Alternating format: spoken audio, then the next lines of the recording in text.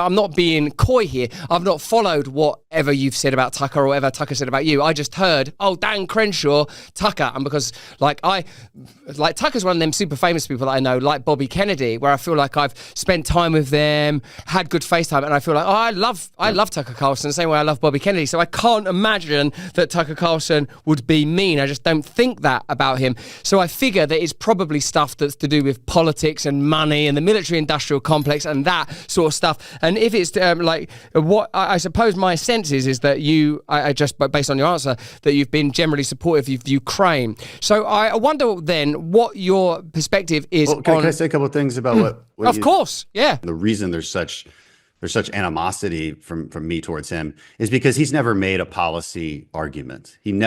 People will actually ask me, why does Tucker hate you?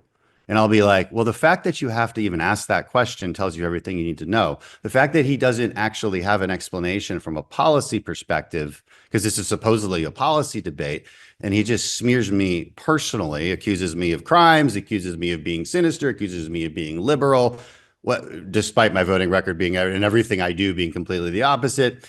It's just slanderous and it's ill-intentioned, and that's why that's hence the reconciliation just won't happen. You want to talk about Ukraine, but the thing is, like, Tucker has never really made the arguments against my stances. He just calls me a horrible person, which it's childish. That surprises me because, when I first met Tucker, I went on Fox News and I'd been schooled that you are not going to like Tucker Carlson. He's a racist. He's a Nazi. He's the worst person in the world.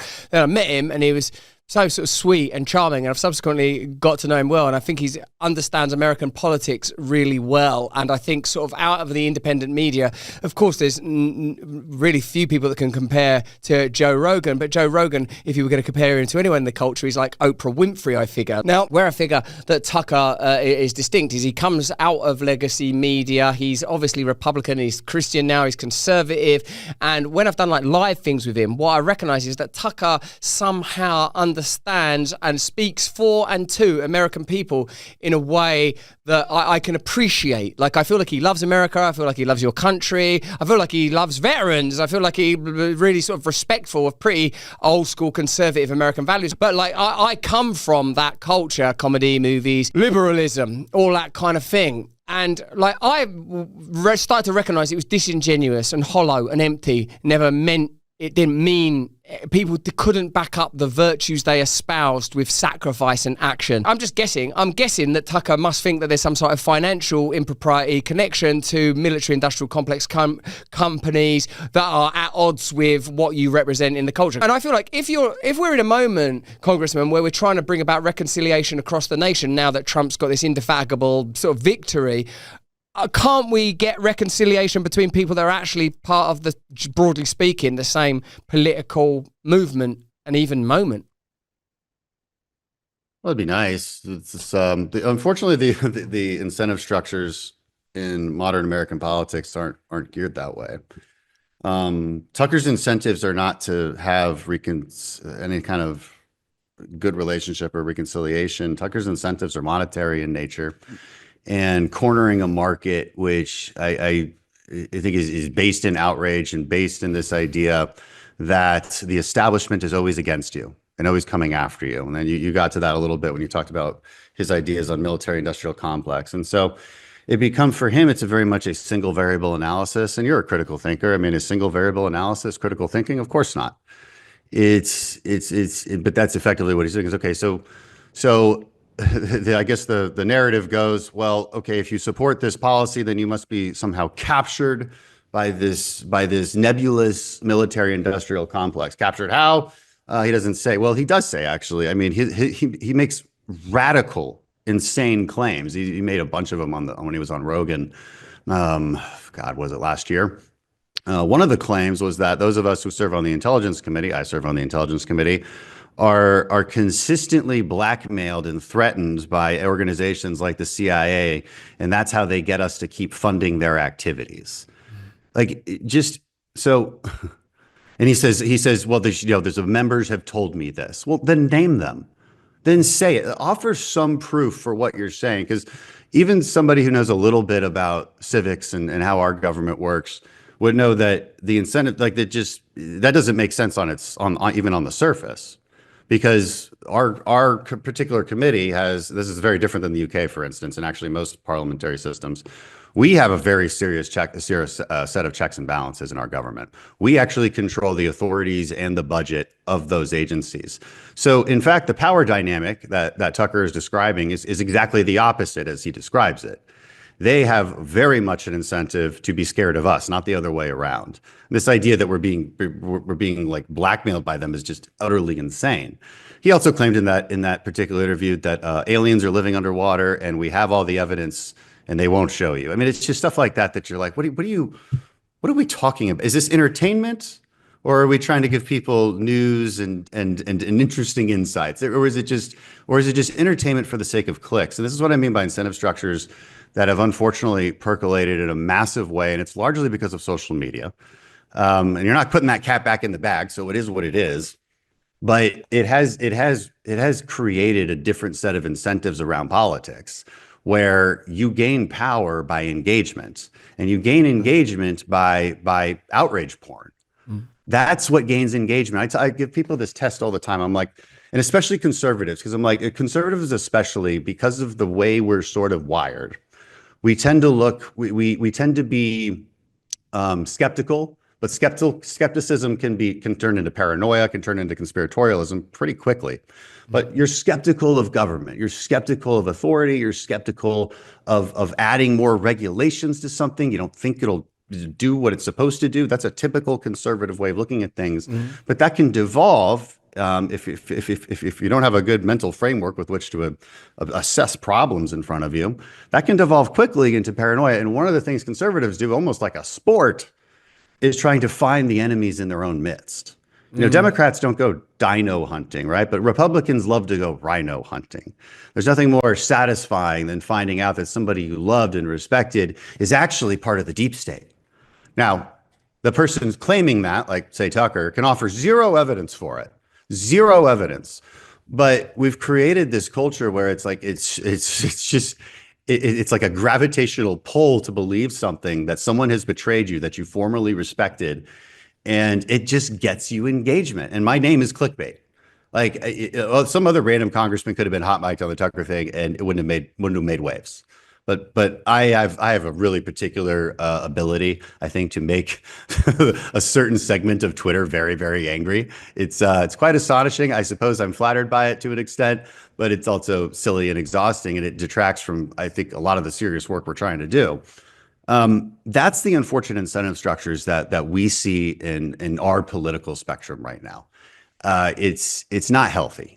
Bunker has been a great sponsor for the show. They're having tremendous growth, and I want to tell you about them today. High net worth families, law enforcement agents, professional athletes, and tactical response trainers trust Bunker to protect their lives from surveillance, cyber criminals, and other threats. Bunker is an uncompromised private messenger, together with a password manager, secure vault, and notes that work seamlessly together. It offers you private messaging and sharing. Send messages and leverage Bunker sharing capabilities for passwords, documents, notes, photos, and videos. There's also a password manager. Safeguard your online accounts for finance, banking, travel, shopping, and others. Secure Vault. Keep your important documents at your fingertips, such as identification, health records, travel documents, insurance cards, and your most cherished photos and memories. You pervert. Create notes for to-do lists, travel, business, private reflections, recipes, workouts, and health information. In over 130 countries, Bunker customers enjoy peace of mind, travel with greater ease, and have more energy to focus on what matters most. Bunker! Give it a try. Keep yourself safe online like billionaires do down their bunkers. Download Bunker now from the App Store, Play Store, or visit their website, bunker.com. Use the offer code BRAND to get 25% off. Live life to the full and protect what matters most. Download Bunker today. And the test I gave, I said I was going to give a test. So I'll tell voters, like, look, what are you more likely to click on? Okay, like headline number 1, Biden can't speak again at the podium. Okay. Headline number 2, Democrats wasteful spending, blah, blah, blah, blah. Headline number 3, 5 reasons why Dan Crenshaw is a globalist that you need to know. Like, which one are you going to click on? You're going to click on the third one. You're going to click on why, look, this guy you respected, you thought was your guy, is actually, here's 5 reasons why he's a globalist, whatever the hell that means. I mean, it's something I deal with. It's something we have to deal with as politicians. It's fine. It is what it is.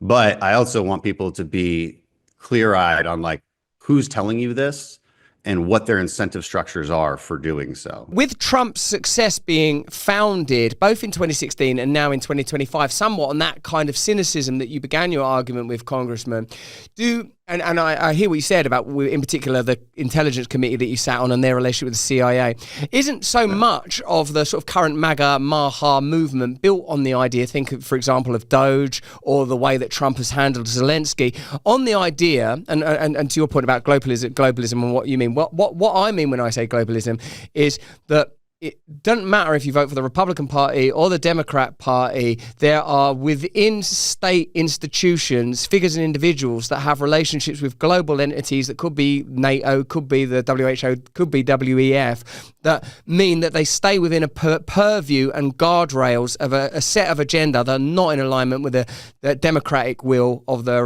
Republic of America. I heard and believe that there are CIA carve-outs that funded Ukrainian media outlets that claimed that I was a Russian asset. And I'm like, I know that I'm not a Russian asset. Like, I know that I've never had a conversation with or money from, and I know that I don't think that Putin's a great guy. I just sort of query the origins of that conflict and NATO's involvement and the nature of the 2014 Maidan coup and the Azov battalion and all those arguments that come out of the kind of the skeptical position on the Ukraine-Russia conflict, where, and you know, in case you care, like my sort of general position is, it's terrible that people keep dying in this war, and there seems to be some complexity in its origins. With Trump being, in a sense, the chief beneficiary of much of that cynicism around the deep state, and with Tucker almost being the sort of public face of that, the media face of that aspect of Trump's success and popularity, do you feel that there is legitimacy to the arguments that the Ukraine conflict is somewhat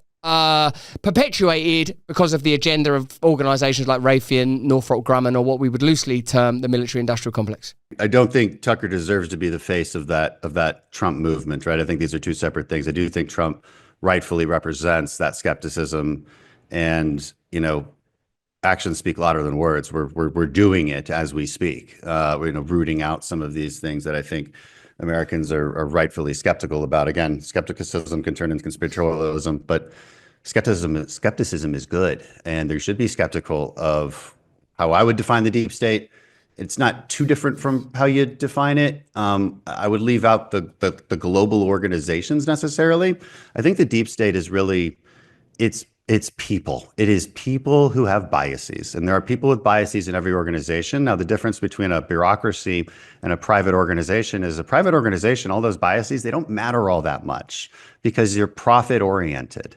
And so there's an effect there that you don't have to control for. With a bureaucracy, you better damn well control for it, because biases, well, what's the mission? It's not profit for bureaucracy. The mission is helping people, right? So whatever the bureaucracy is, the mission is helping people in some sort of way, whether it's a healthcare or the EPA or whatever. But of course, there's a large spectrum of on the political belief systems on what it means to help people. And that's where the biases comes in. That's where deep state comes in. And somebody in the right position can either sign something or not sign something, check the box or not check the box, because they're in that position of power. And rooting that out is a real key goal of this administration. It's a key goal of Republicans, I think, generally, one that I violently agree with. I just don't put Tucker in that same category, simply because he is to me, just knowing his history, he's the epitome of the DC insider. He's what's on the Hunter Biden laptops? Emails from Tucker Carlson to Hunter Biden asking Hunter Biden for help to get his son into Georgetown. And you can just Google that. That's well documented. This guy's been part of this system for so long. So it always just strikes me as just disingenuous when I'm being accused as somebody who's done nothing but serve this country. I'm being accused of being a multimillionaire. None of this is true. I will show you my brokerage account on my phone. It's probably less now because these tariff announcements have crushed the market. So I probably have like $22,000 in there. And that's normal for the past 6 years that I've been in Congress, about $22,000, $24,000. That's the big reveal on Dan Crenshaw insider trading. It's just all lies. It's just constant lies. And people like Tucker know they're lies, but say them anyway.